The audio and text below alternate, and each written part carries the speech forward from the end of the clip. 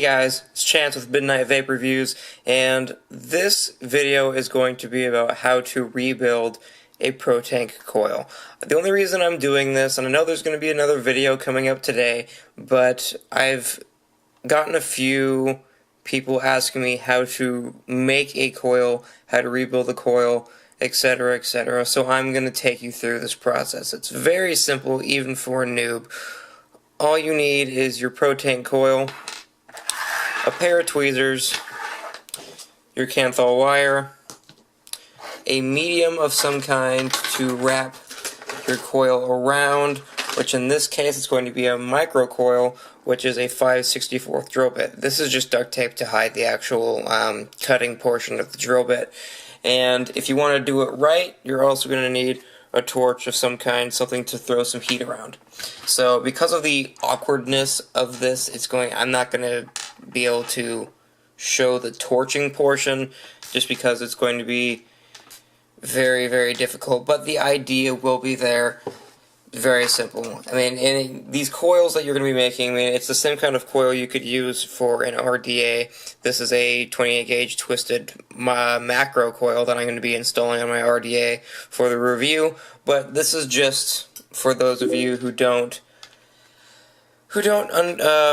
quite know how to rebuild one of these. So I'm going to take you through that process. So step one is to take your Protank coil and then wiggle this stem off, and it should just pop right off, just like that.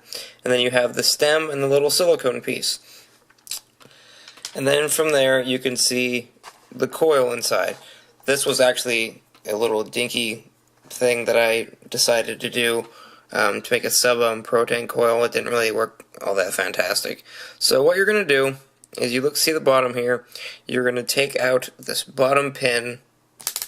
Holy shit. Oh lord. Okay. Disaster averted. You don't want to lose any of these parts. I mean, that's just going to ruin life for everyone. So then, after that, you're going to very carefully, you do not want to ruin this head in here. And this one looks like it's already fucking ruined.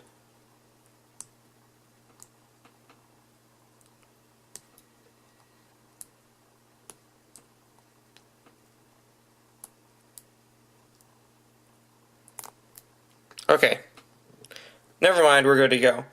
I lied. So, then you have your little silicone piece, and you have your cup. So what you're going to do is you're going to take the existing coil out. If it comes out the bottom when you take out the silicone piece, that's fine.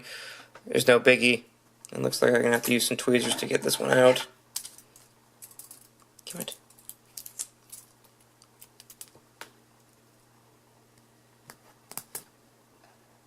Just what the fuck ever. So then you have all your pieces here.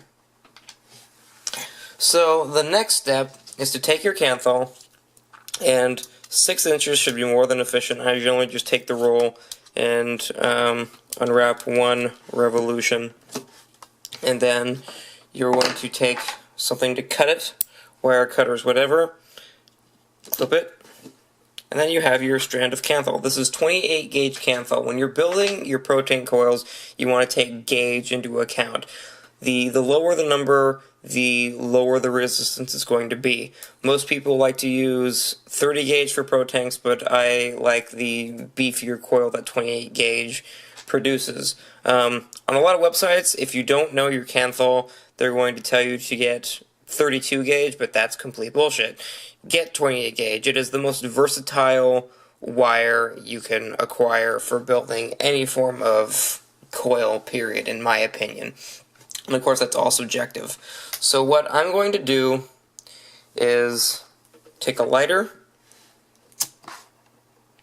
and just slowly do a torch of the wire, and this helps get rid of the springiness of the wire. You can also use a blowtorch that speeds up the process, but for the sake of the video, I'm just going to do this portion right here.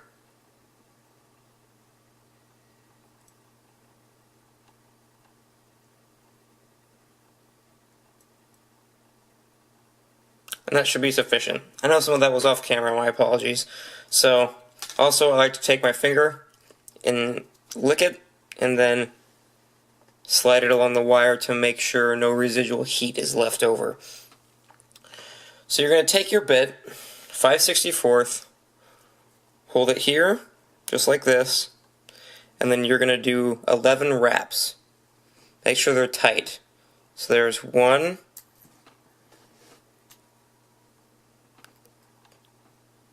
2, 3, 4,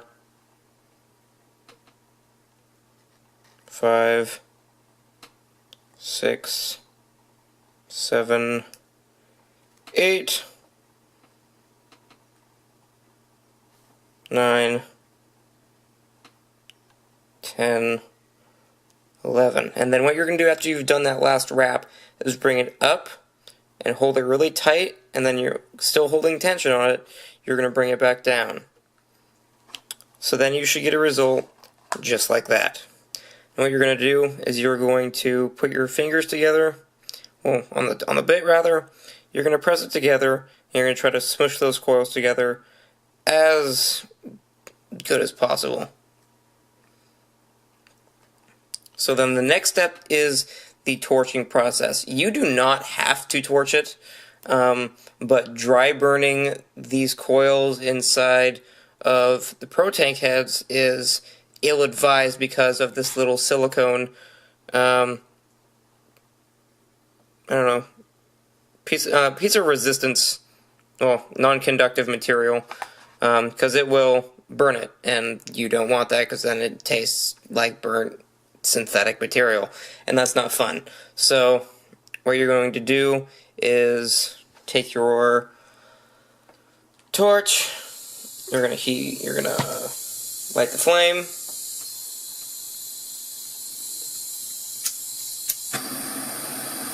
turn that shit fucking down. This is actually a propane torch, and I found that it's so much more economical just to use these little tanks. I'm going to attempt to actually do this on camera, so there's shit on my desk. So you're going to take it, you're going to torch it just a tiny, tiny bit. Let it off, and that should help keep the wraps in the cylindrical form that you have it. And now I'm going to take, I usually use water, but I forgot to get it, so I'm just going to use some juice to make sure it's cooled off. Good enough. Because you don't want to touch that shit when it's hot. That's not fun. Okay, so then you have a coil. Good for you. Give it a good blow. And what you're going to do is take some form of tweezers, and you're going to pinch these together just like that. Very light pressure. So then you're going to take your torch again, turn that shit down to a low setting because you're not going to need all of that heat.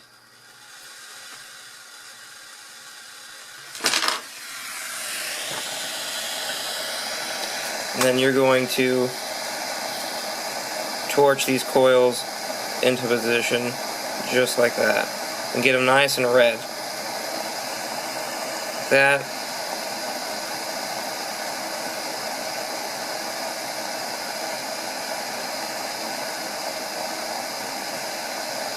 Just like that.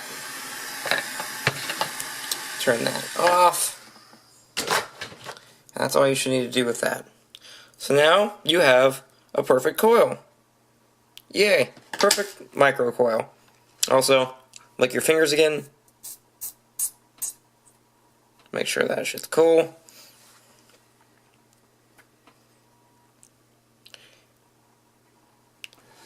Just like that. Make sure when you're building this to have the leads exceptionally long, because it's going to make your life a whole lot easier when you're building this. So, keep one lead longer than the other one, just like that, And then what you're going to do is, you don't have to use this, but I found it to be a lot easier to use some kind of medium to hold your coil in place. So you're going to take, this is just an Allen wrench, I forget what size it is, I just kind of picked it up off the floor one day, and slide it into your coil, just like that.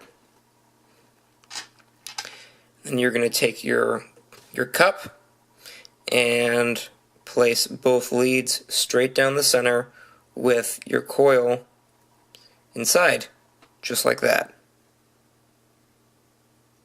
Alright?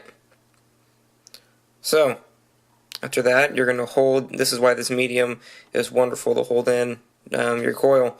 So then you're going to take both your leads, you're going to bend one up flush with this cup, and then you're going to take your little piece of non-conductive material and slide the smaller side through one of the leads. It doesn't matter which one.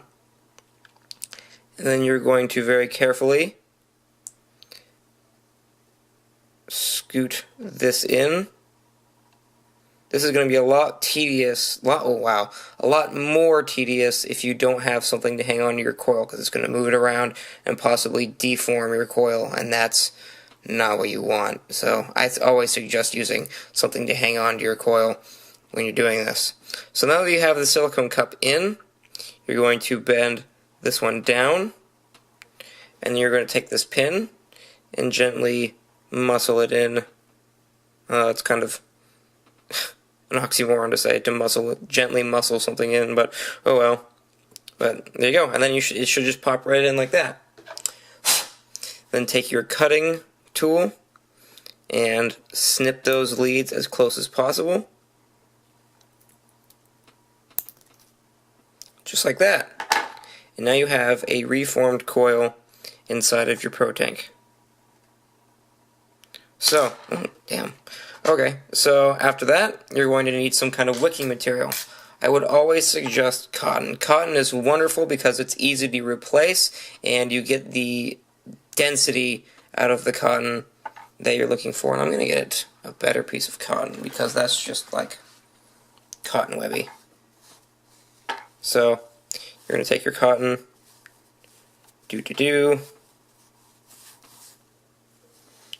rip off a strand. Try to get all the little tufts out. Make sure it's not incredibly big. You don't want that. But then start tightening it up like that. Almost like a piece of yarn. So you're going to take the smaller end of your cotton. You're going to place it through your coil. Like that. And you're going to very slowly and gently pull it through. You want it to be snug, but not super snug.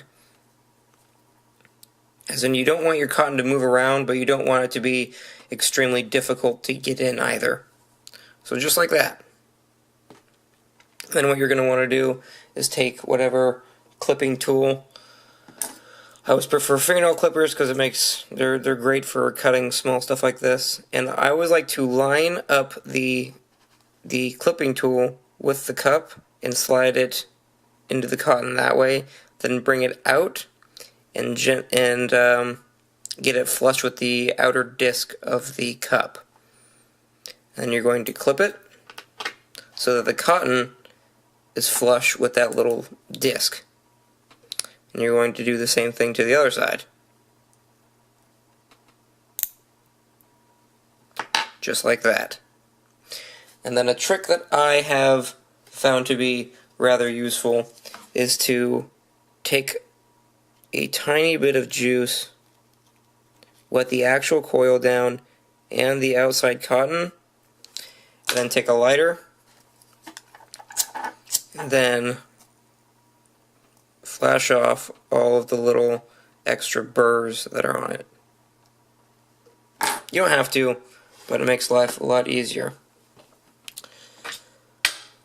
And then you're going to take your head and you're just going to press it back down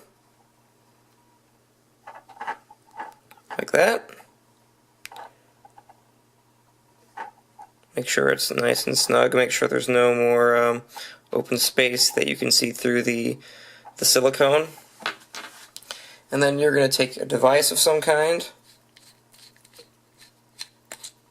Gotta take the tank off this.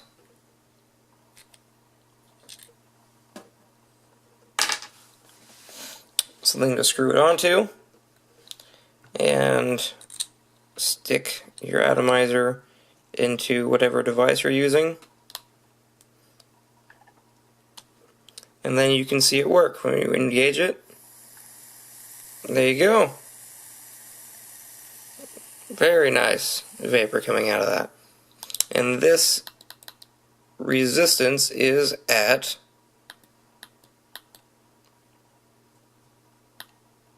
1.7, so it's probably going to jump up to 1.8, but right now it's reading 1.7. It's working just fine. So you're going to stick that back on there. And then you're just going to take your tank and stick it straight into your tank like you normally would. And there you go. You have a rebuilt Protank. That's about it, guys. Thanks for watching. I hope that was informative and helpful for anyone looking to see a very easy video on how to rebuild a Protank coil. Like I said, remember your gauge of wire. I would always suggest 28 gauge. It works fantastic. You can use ribbon wire, you can use 30 gauge, you can use 32 gauge, whatever, but just keep in mind the resistance of the coil will be determined by the gauge of wire. So with that in mind, I'm going to take this vape, and then I'm going to shut her down. Wow. Huh. So, see you guys later.